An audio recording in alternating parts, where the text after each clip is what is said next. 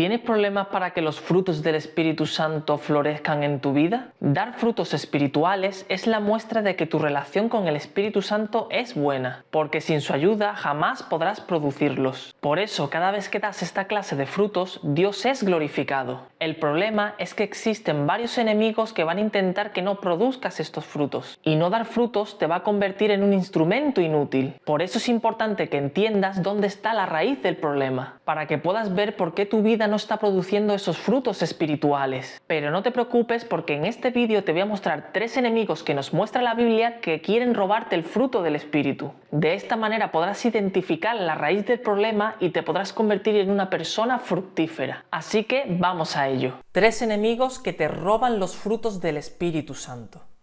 Para ello nos vamos a basar en la parábola del sembrador que Jesús explicó y que se encuentra en Mateos capítulo 13.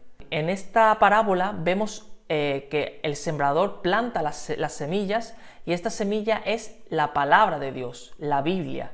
Y el terreno donde se plantan las semillas es nuestro corazón. Esto quiere decir que la palabra de Dios puede dar fruto en nuestra vida dependiendo el estado en el que se encuentre nuestro corazón. Porque si nuestro corazón se encuentra en un mal estado, no va a poder dar ese fruto. Por eso, mira lo que dice Proverbios 4:23. Sobre toda cosa guardada, guarda tu corazón, porque de él mana la vida. Es decir, nuestro corazón tiene el potencial de hacer florecer los frutos de la palabra de Dios.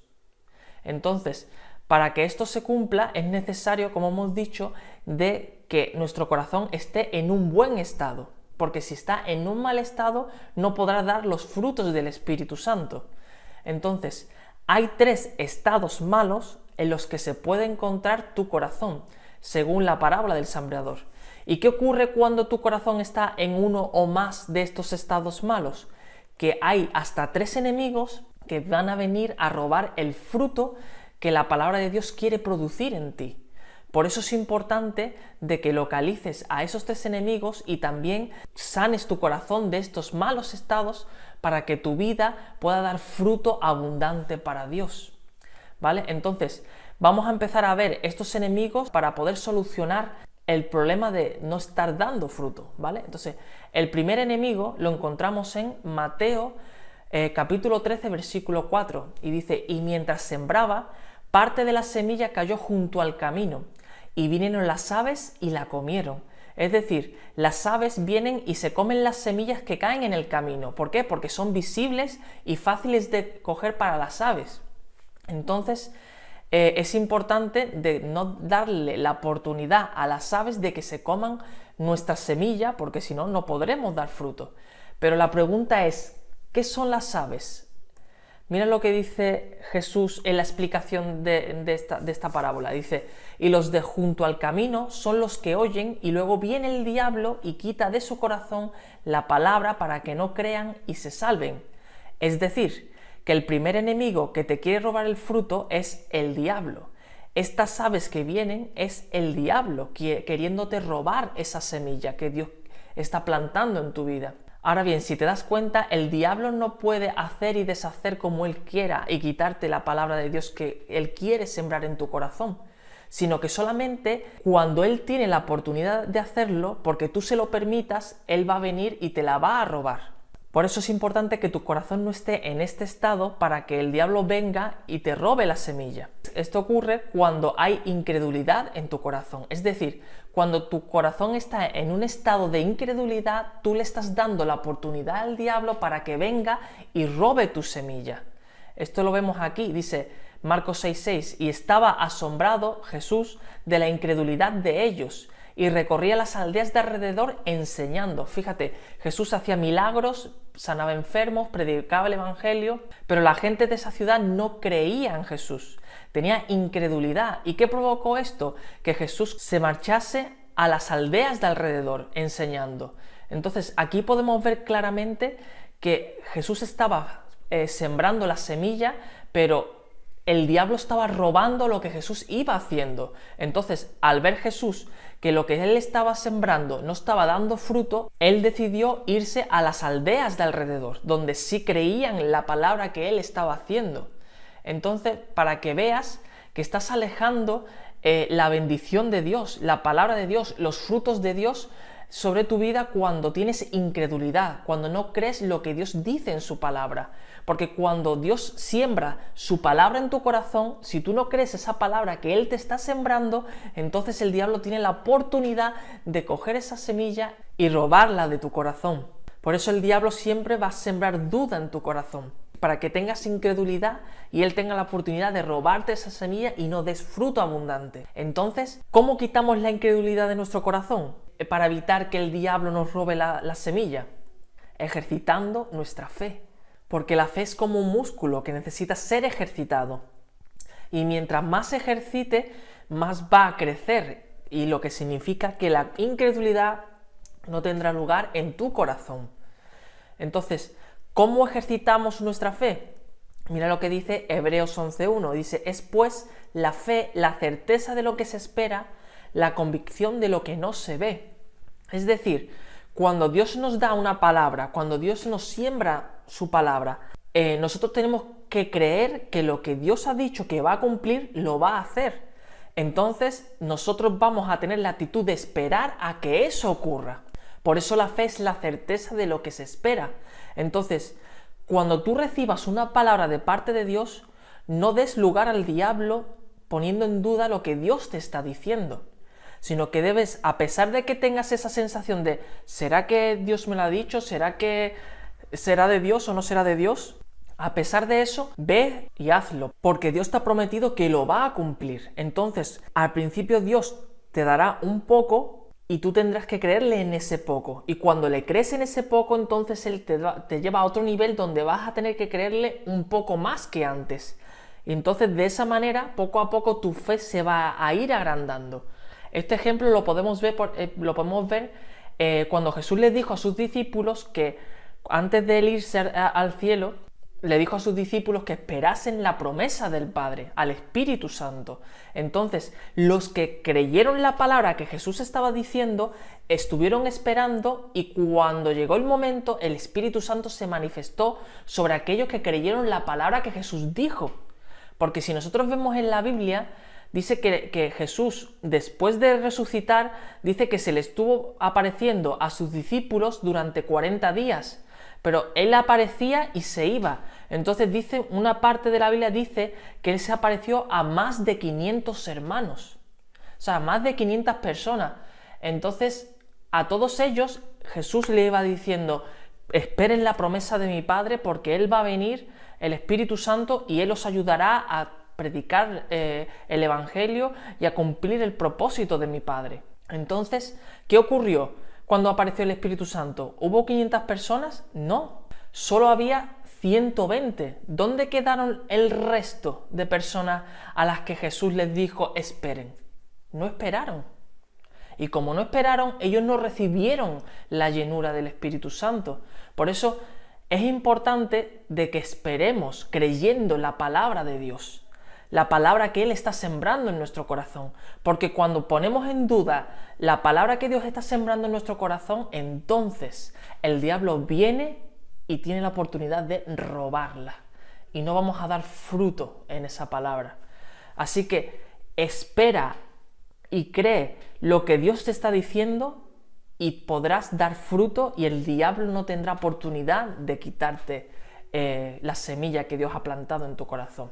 Ahora bien, el segundo enemigo lo encontramos en Mateo capítulo 13, versículos del 5 al 6. Dice, y parte cayó en pedregales, es decir, entre las piedras, donde no había mucha tierra, y brotó pronto, porque no tenía profundidad de tierra, pero salido el sol se quemó, y porque no tenía raíz se secó. Es decir, la semilla se plantó entre las rocas y creció rápidamente porque no había echado raíces. ¿Y qué ocurrió? Que cuando salió el sol se quemó, y como no tenía raíz se secó.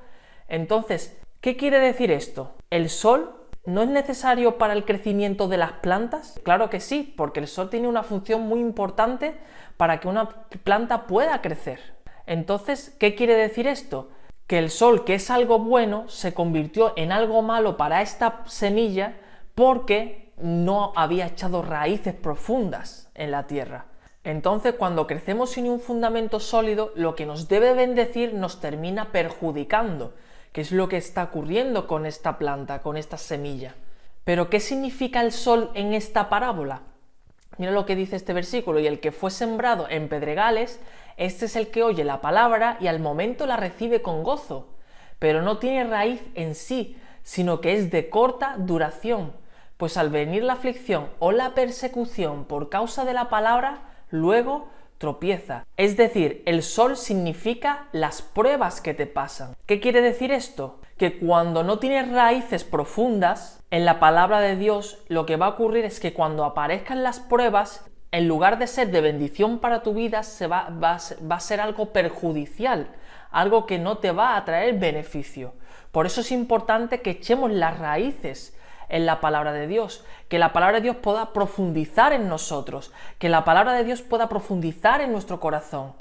Por eso es importante que dejes de tener un corazón de piedra, un corazón que no se deja profundizar, una semilla que lo que quiere es crecer para arriba rápidamente para ser visto por los demás. Entonces, aquellos que tienen un corazón de piedra son los que quieren los beneficios de la palabra de Dios, pero no están dispuestos a que primero la palabra los confronte y los transforme, porque eso es lo que significa que la palabra de Dios eche raíces en nuestro corazón, que nos confronte, que nos cambie, que nos diga lo que está mal en nosotros y pueda de esa forma transformarnos para la gloria de Dios.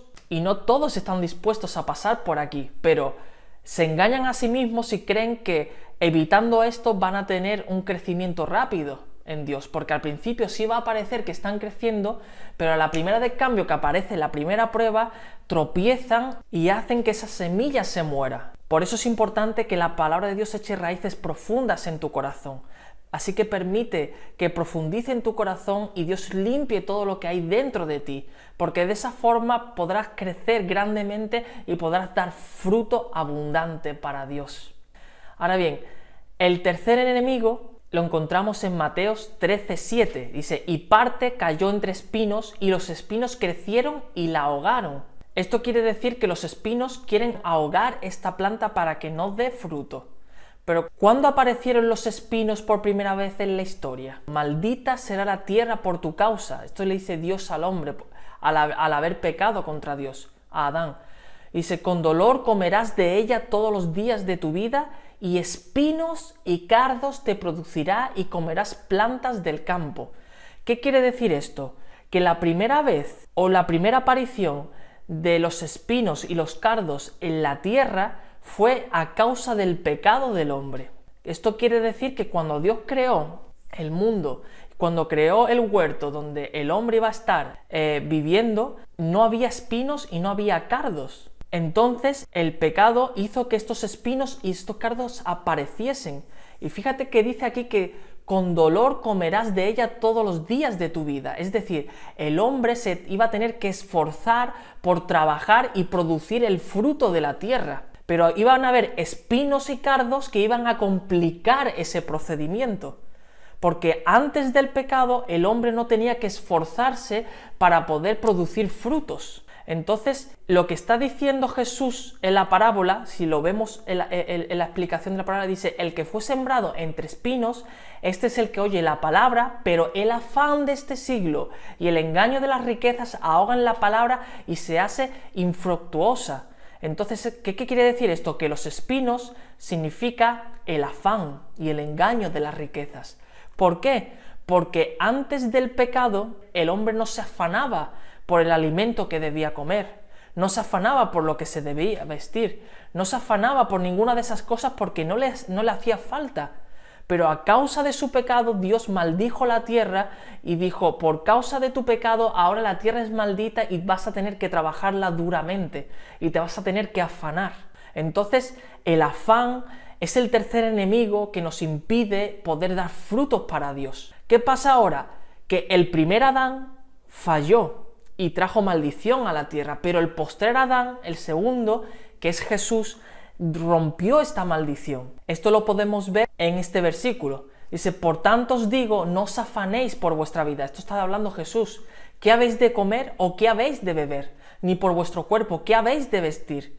¿No es la vida más que el alimento y el cuerpo más que el vestido? Mirad las aves del cielo, que no siembran, ni siegan, ni recogen en graneros, y vuestro Padre Celestial las alimenta. ¿No valéis vosotros mucho más que ellas? Es decir, si Dios, que es nuestro Padre, cuida de las aves de esta forma, ¿cuánto más no va a cuidar de nosotros? Por eso, la mejor manera para vencer el afán es confiando en el cuidado y en el amor de nuestro Padre, que es Dios. Por eso tú te tienes que acercar a Dios con confianza y decir, Señor, yo sé que contigo nada me va a faltar. El Salmo 23 dice, Jehová es mi pastor y nada me faltará. Por eso, si la palabra de Dios nos dice esto, es que nada nos va a faltar. Con esto no estoy diciendo de que no trabajes nada, sino que realmente no vivas afanado. No vivas con que te va a faltar siempre lo que necesitas, porque tu Padre que está en los cielos te lo va a dar, porque Él no va a permitir que tú estés viviendo en miseria, porque Él tiene cuidado de ti.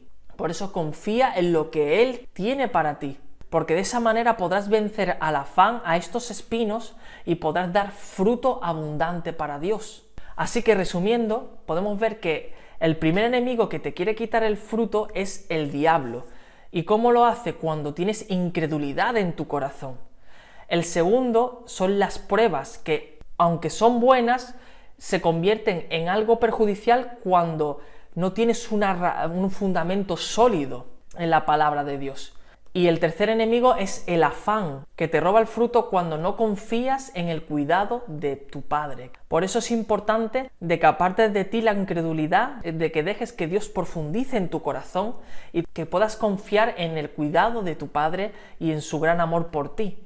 De esa forma podrás dar fruto abundante para Dios, que es lo que dice Mateo 13:23. Mas el que fue sembrado en buena tierra, este es el que oye y entiende la palabra y da fruto, y produce a 100, a 60 y a 30 por uno. Porque cuando tú das fruto, Dios es glorificado, porque el fruto es el resultado de tu comunión con Él. Porque las raíces que no se ven es símbolo de tu intimidad con Dios, es símbolo de que Él está profundizando en ti y que está tratando las cosas más profundas de tu corazón que nadie conoce. Entonces, cuando Él está tratando eso, luego va a producir visiblemente un fruto abundante y la gente no va a ver la raíz que está dentro de ti, pero sí va a ver el fruto que se está produciendo en ti y la gente va a decir, este fruto significa que esta persona realmente está teniendo comunión con Dios. Entonces la gente dice, es increíble lo que Dios está produciendo, pero lo mejor de todo es que ahora ese fruto va a servir para alimentar a otros y para que también se siga multiplicando el fruto de Dios. Por eso no puedes permitirte vivir una vida cristiana sin dar frutos, porque eso es el resultado de que realmente no estás teniendo comunión con Dios, de que no conoces a Dios, de que no pasas tiempo con Dios. Y eso es realmente religiosidad. Y de nada sirve que vivamos una vida religiosa. La religión no cambia a nadie, pero tu comunión con Dios sí. Tu relación con Él sí cambia, sí produce resultados. Por eso es importante de que no te dejes robar por ningún enemigo que quiera venir a quitarte el fruto que Dios ha puesto en ti. Así que espero que te haya sido de bendición este vídeo para que puedas dar fruto abundante en Dios. Si quieres seguir aprendiendo más acerca de la palabra de Dios y cómo crecer en tu comunión con el Espíritu Santo, te invito a que veas mi canal donde verás más vídeos que te ayudarán a esto. Dios te bendiga.